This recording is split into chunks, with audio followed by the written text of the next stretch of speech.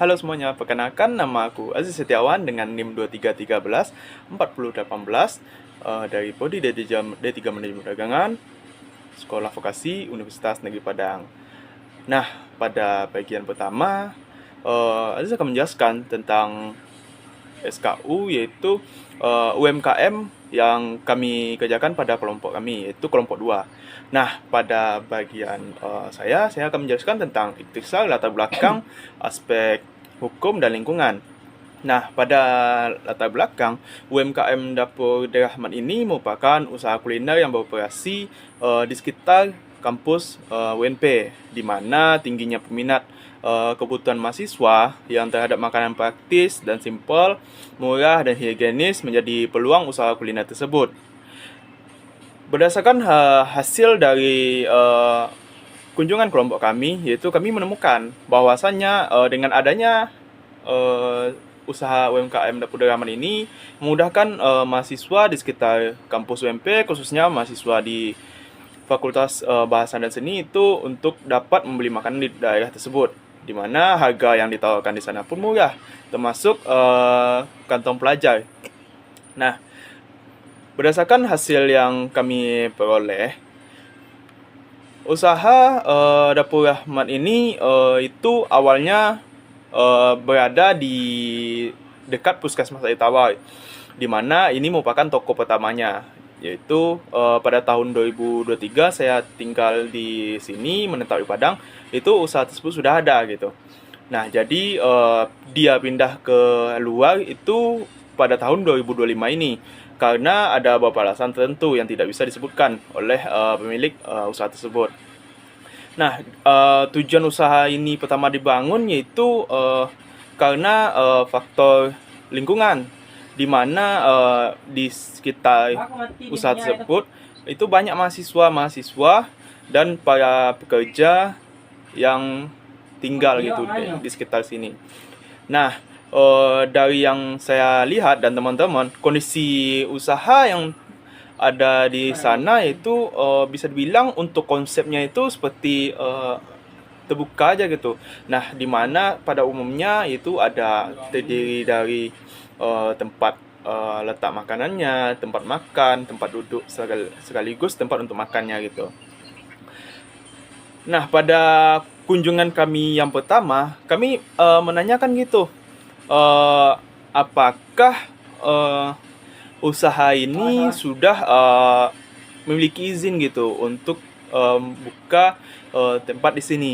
Nah, jawaban sang ibu pun usaha tersebut sudah memiliki izin, di mana sudah diketahui oleh RT dan RW setempat. Jadi, ketika kami menanya tentang surat-surat yang sudah tertera, yaitu seperti surat izin usaha itu sudah ada. Jadi bisa dibilang untuk usaha ini resmi gitu, karena sudah diberikan surat izin usahanya. Nah, untuk berdasarkan yang kami peroleh gitu, lingkungan di sekitar kampus ini bisa dibilang menjadi daya tarik lah sendiri bagi usaha tersebut. Jadi ketika mahasiswa atau para karyawan yang bekerja di Basko ataupun mahasiswa UNP yang nanti mau nyari makan dan karyawan yang pulang kerja nyari makan, itu kebanyakan mereka singgah untuk membeli makanan tersebut. Nah, di Dapur Rahmat inilah itu menyebabkan mereka mau gitu mendirikan usaha tersebut. Nah, dengan harga yang bisa dibilang cukup terjangkau gitu, dengan adanya Dapur Rahmat ini ya, jadi mahasiswa dan para karyawan pun oke dan sesuai lah dengan kebutuhan mereka. Jadi dengan adanya beberapa persiapan gitu dari pelaku usaha, di mana akhirnya membuat usaha tersebut bisa dibilang sukses dan buka cabang keduanya, yaitu di depan Basko. Nah, selanjutnya ada analisis lingkungan operasi. Di Dapur Rahmat ini berlokasi di kawasan strategis, biasanya bisa dibilang dekat lah dengan kampus. Jadi lingkungan sekitar itu mendukung gitu untuk menciptakan lapangan pekerjaan. Nah, dari yang saya bacakan itu saya mendapatkan beberapa kesimpulan yang itu dengan adanya surat izin usaha, jadi usaha tersebut bisa dibilang resmi dan secara umum tercatat di RT dan RW setempat. Dan secara aspek lingkungan di dapur Dawan ini dimulai baik mendukung kelanjutan usaha, lokasi yang strategis, terus kebersihan yang terjaga gitu, dan tidak menyebabkan limbah, karena usaha yang dijalankan ini adalah usaha yang bisa dibilang aman lah dan higienis. Mungkin itu penjelasan saya terkait iktisai, latar belakang, aspek hukum dan aspek lingkungan. Next video yang kedua. Baiklah, saya akan melanjutkan penjelasan yaitu aspek pasar. Potensi pasar dapur Daerah Rahmat sangat kuat karena lokasinya berada di lingkungan kampus dengan konsumen utama yaitu mahasiswa. Mahasiswa membutuhkan makanan cepat, terjangkau, dan memiliki cita rasa rumahan. Dengan penjualan rata-rata 30 porsi per hari, pasar usaha ini sudah terbentuk dengan baik. Dari sisi persaingan, meskipun terdapat warung makanan lain, Dapur Daerah Rahmat memiliki keunggulan berupa menu yang selalu segar, pelayanan yang cepat, harga yang sesuai pasaran, dan rasa yang selalu konsisten. Keunggulan ini membuat pelanggan tetap datang dan usaha mampu mempertahankan pangsa pasar di lingkungan sekitarnya. Selanjutnya, strategi pemasaran. Strategi pemasaran yang digunakan Dapur Daerah Rahmat cukup sederhana, namun efektif. Nah, dari sisi produk, usaha ini menawarkan menu rumahan yang segar setiap hari. Dari sisi harga, strategi penetration pricing digunakan agar harga tetap terjangkau bagi mahasiswa. Di sisi tempat, lokasi dekat kampus memberikan keuntungan yang besar. Untuk promosi, usaha ini menggunakan dua pendekatan, yaitu pemasaran secara langsung di lokasi usaha dan pemasaran digital melalui GoFood. Rencana kedepannya adalah untuk memperkuat promosi di media sosial seperti Instagram dan TikTok untuk meningkatkan jangkauan dan brand awareness. Selanjutnya, aspek operasional.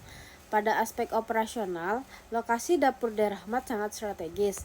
Usaha ini berada dekat dengan kos-kosan, jalan utama, dan area yang sering dilewati mahasiswa. Infrastruktur pendukung seperti listrik, air bersih, dan akses internet juga memadai, mendukung kegiatan usaha. Nah, pemilihan lokasi ini sangat sesuai untuk usaha kuliner karena dekat dengan target pasar utama dan berada di zona yang mendukung usaha makanan. Selanjutnya, aspek layout dan teknologi. Layout usaha dirancang sesederhana mungkin, namun fungsional.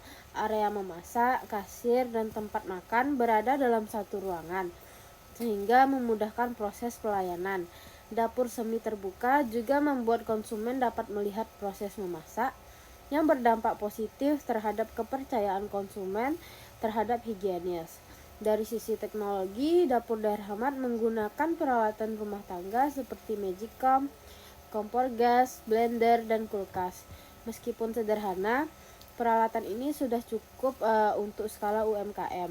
Dalam hal pembayaran, usaha ini sudah menerima kris dan transfer bank, serta memanfaatkan platform GoFood sebagai saluran penjualan digital. Sekian penjelasan dari saya. Selanjutnya ada aspek manajemen dan sumber daya manusia. Setelah kami menanyakan kepada pemilik dari usaha Dapur Daerah Rahmat,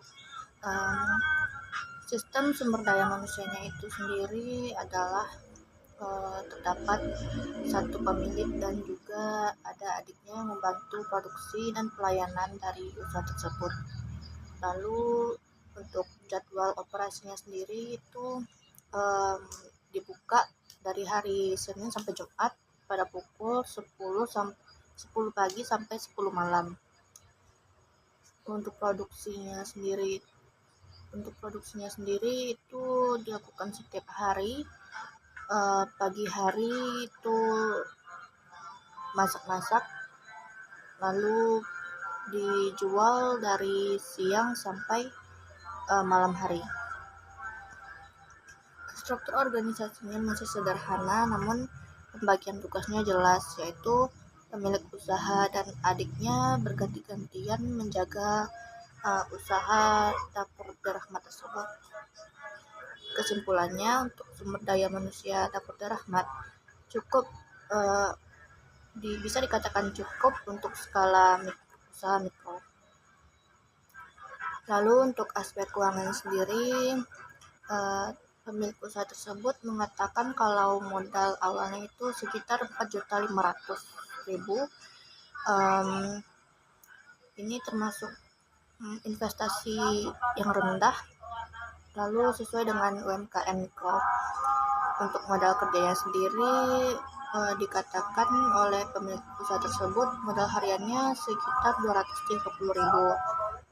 Sehingga kalau untuk modal bulanannya itu 230.000 dikali dengan jadwal operasionalnya yang hanya sekitar 26 hari dalam sebulan. Jadi hasilnya modal bulanannya itu sekitar 5.980.000.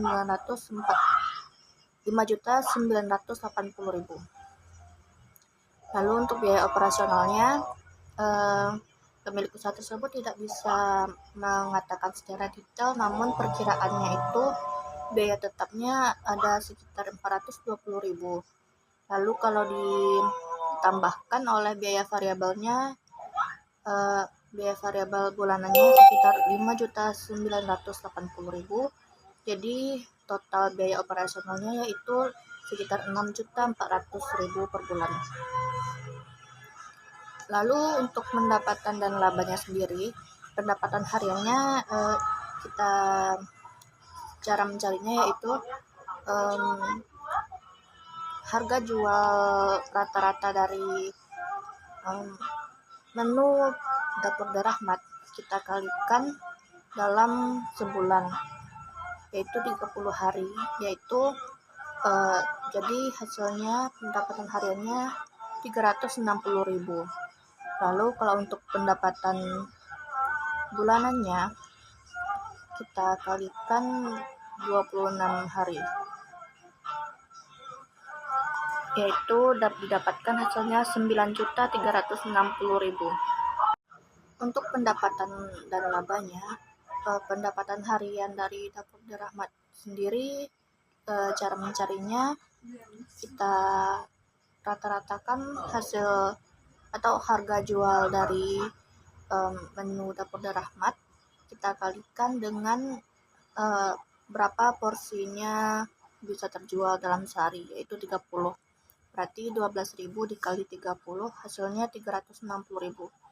Lalu untuk pendapatan bulanannya 360.000 tersebut kita kalikan dalam sebulan 26 hari, baru didapatkan hasilnya sekitar 9.360.000. Untuk laba bersihnya, pendapatannya dikurang biaya operasional, jadi 9.360.000 kita kurang 6.400.000, maka didapatkanlah hasilnya 2.960.000.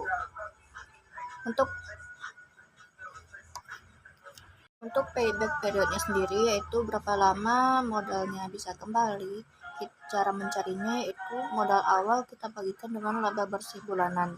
Berarti modal awalnya 4.500.000 kita bagikan 2.960.000, maka didapatkanlah berarti balik modalnya itu sekitar 1,52 bulan atau 1 bulan 16 hari. Ini termasuk sangat cepat untuk usaha mikro. Untuk profitability index-nya, cara mencarinya itu kita harus tahu benefit atau laba bersih tahunannya.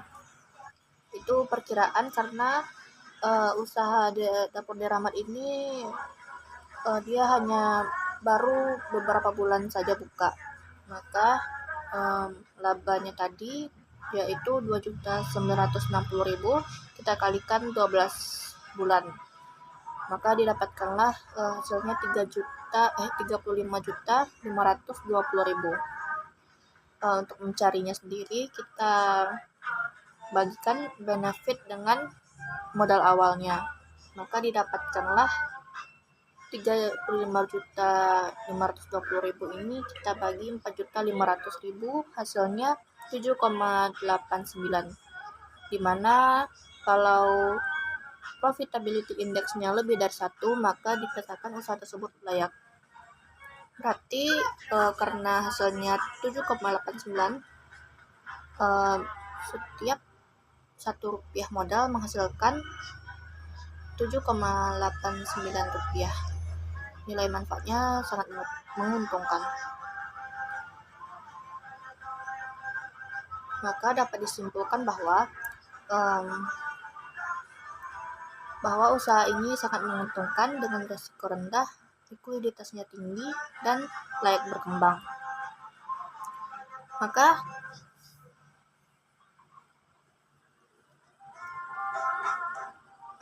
untuk kesimpulan umumnya, untuk aspek hukum sendiri itu sudah mendapatkan izin dan sesuai aturan. Aspek lingkungannya aman untuk masyarakat dan dapat diterima masyarakat. Aspek pasarnya memiliki permintaan yang tinggi. Aspek operasionalnya sangat efisien dan memadai. Untuk aspek SDM-nya efektif dan walaupun masih sederhana, lalu aspek keuangannya itu juga sangat layak. Jadi untuk rekomendasinya itu usaha tersebut bisa mengurus NIB atau IUMK, lalu perkuat pemasaran digital, diversifikasi menu, tingkatkan kapasitas produksi, gunakan kemasan menarik, dan lakukan pencatatan keuangan rutin. Sekian dari kami kelompok 2. Apabila ada kesalahan kami mohon maaf. Wassalamualaikum warahmatullahi wabarakatuh.